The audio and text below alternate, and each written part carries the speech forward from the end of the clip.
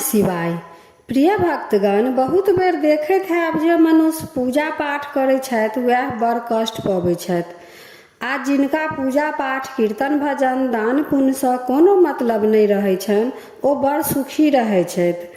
ई सब देख कखनो बुझायत जे भगवान न्याय नहि कऽ रहल छथिन, हुनका संगे अन्याय भऽ रहल अछि। प्रिय भक्तगण, एहन विचार सबके मोनमे अबैत अछि।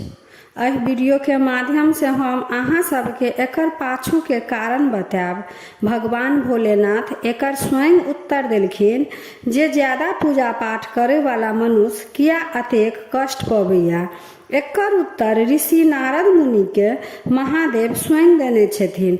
एहि घटना के वर्णन शिव पुराण में कयल गेल अछि। तऽ चलू बुझै छी जे ज्यादा पूजा पाठ करे वाला व्यक्ति दुखी किया रहे छथि। तऽ हम स्वागत करै छी अपन यूट्यूब चैनल मिथिला के नगरिया में। एहि चैनल पर मिथिलांचल से जुड़ल हर पाबनि त्योहार के जानकारी, धार्मिक कथा, पूजा पाठ से जुड़ल उपाय भेटत। तऽ एहि सब के जानकारी चाहे छी तऽ चैनल के सब्सक्राइब कऽ लिअ आ नोटिफिकेशन सेहो ऑन कऽ लिअ, ताकि हम कोनो नया वीडियो डालब तऽ सबसे पहले पहुंचत अहाँ तक। एक समय के बात अछि, नारद मुनि कैलाश पर भगवान शंकर लंग पहुँचला। नारद बड़ चिंतित छलाह। तऽ भगवान शंकर नारद सँ कारण पूछलखिन। तऽ नारद शंकर भगवान के प्रणाम करैत कहै छथिन, हे महादेव, देवो के देव, हे त्रिलोकीनाथ, हमरा मन में एकटा प्रश्न अबैया। ओहि प्रश्न के अहाँ निवारण करू।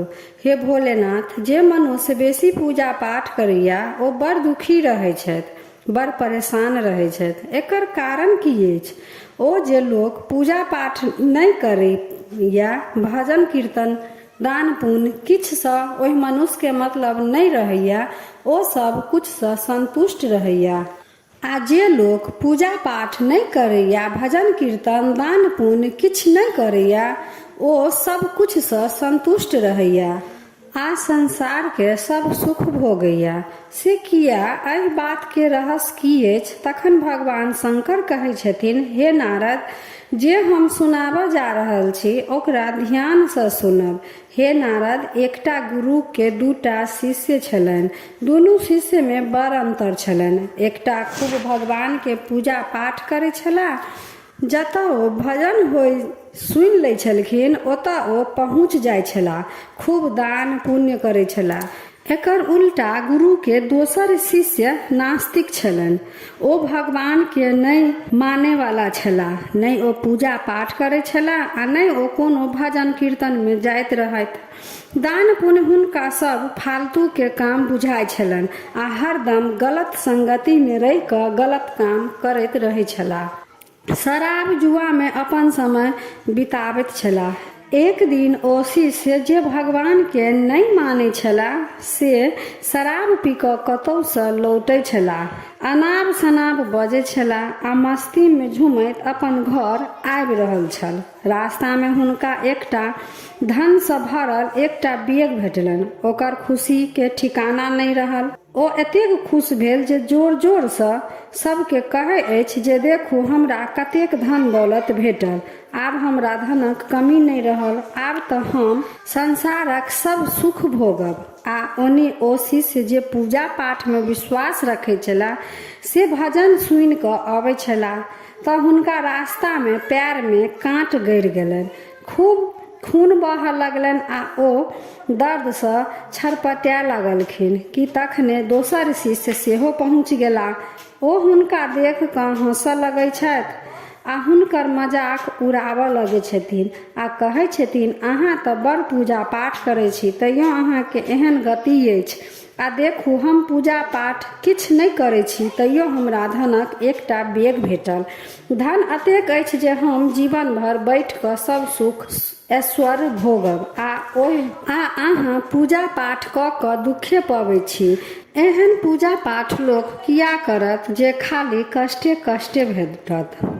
ओ शिष्य चुपचाप सुनै छलाह आ मोने मोन सोचै छथिन जे ठीक ई बात कहै अछि। आइ तक ई भगवान के एक बेर नाम तक नहीं लेलक से अतेक खुश अछि आ हम दिन राति भगवान के भजन कीर्तन में लागल रहै छी से अतेक कष्ट पबै छी। ओ शिष्य अपन गुरु लंग पहुँचला आ अपन मन के व्यथा सबटा घटना गुरु के सुनेलखिन। गुरु के अपन शिष्य के बात सुनि कऽ हंसी लागि जाइ छनि आ कहै छथिन भगवान जे करै छथि नीक ला करै छथि। ई सब मनुष्य के अपन कर्म के भोग अछि। भगवान अहाँ के पैर में कांटा किया गड़ेलथि आ ओकरा पाई के बेग किया भेटल? एहि प्रश्न के उत्तर सुनू। अहाँ पूर्व जन्म में बड़ पाप केने रहौ। ओहि कर्म के अनुसार अहाँ के आय मौत लिखल रहे, लेकिन अहाँ मंदिर गेल छलहुँ, भजन कऽ कऽ आबि रहल छलहुँ। ओहिसँ मौत अहाँ के सिर से टलि कऽ एकटा कांटा गड़ि कऽ रहि गेल।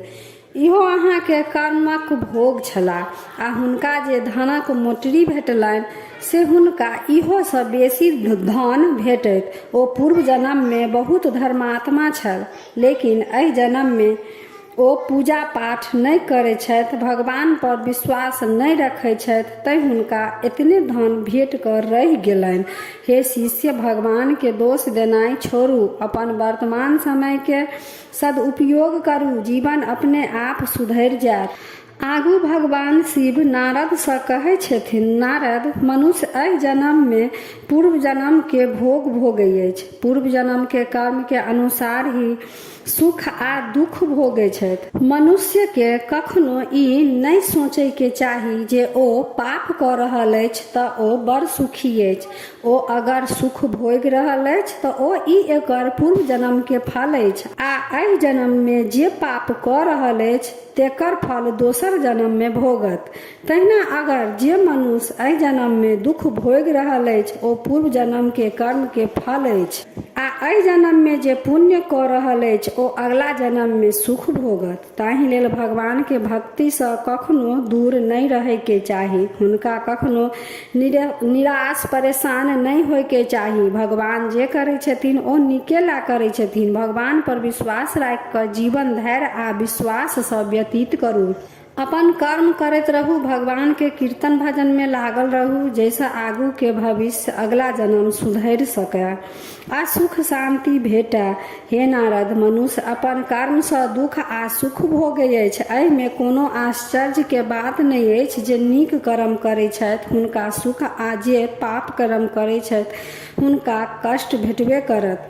हर व्यक्ति के अपन कर्म के फल कोनो न कोनो रूप में कोनो न कोनो जन्म में भेटबे करत। हे नारद, अहाँ के अपन प्रश्न के उत्तर भेट गेल। नारद कहै छथिन, हाँ महादेव, हमरा अपन प्रश्न के उत्तर भेट गेल।